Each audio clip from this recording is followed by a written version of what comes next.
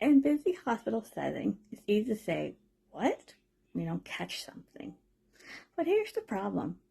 It can sound too direct, a little impatient, and you might not even realize how it comes across, especially when you're tired or stressed.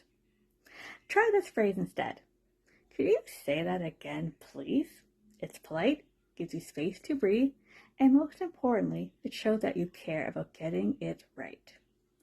You're not just reacting, you're responding with confidence and respect. And in healthcare, where clear communication matters, this one shift goes a long way.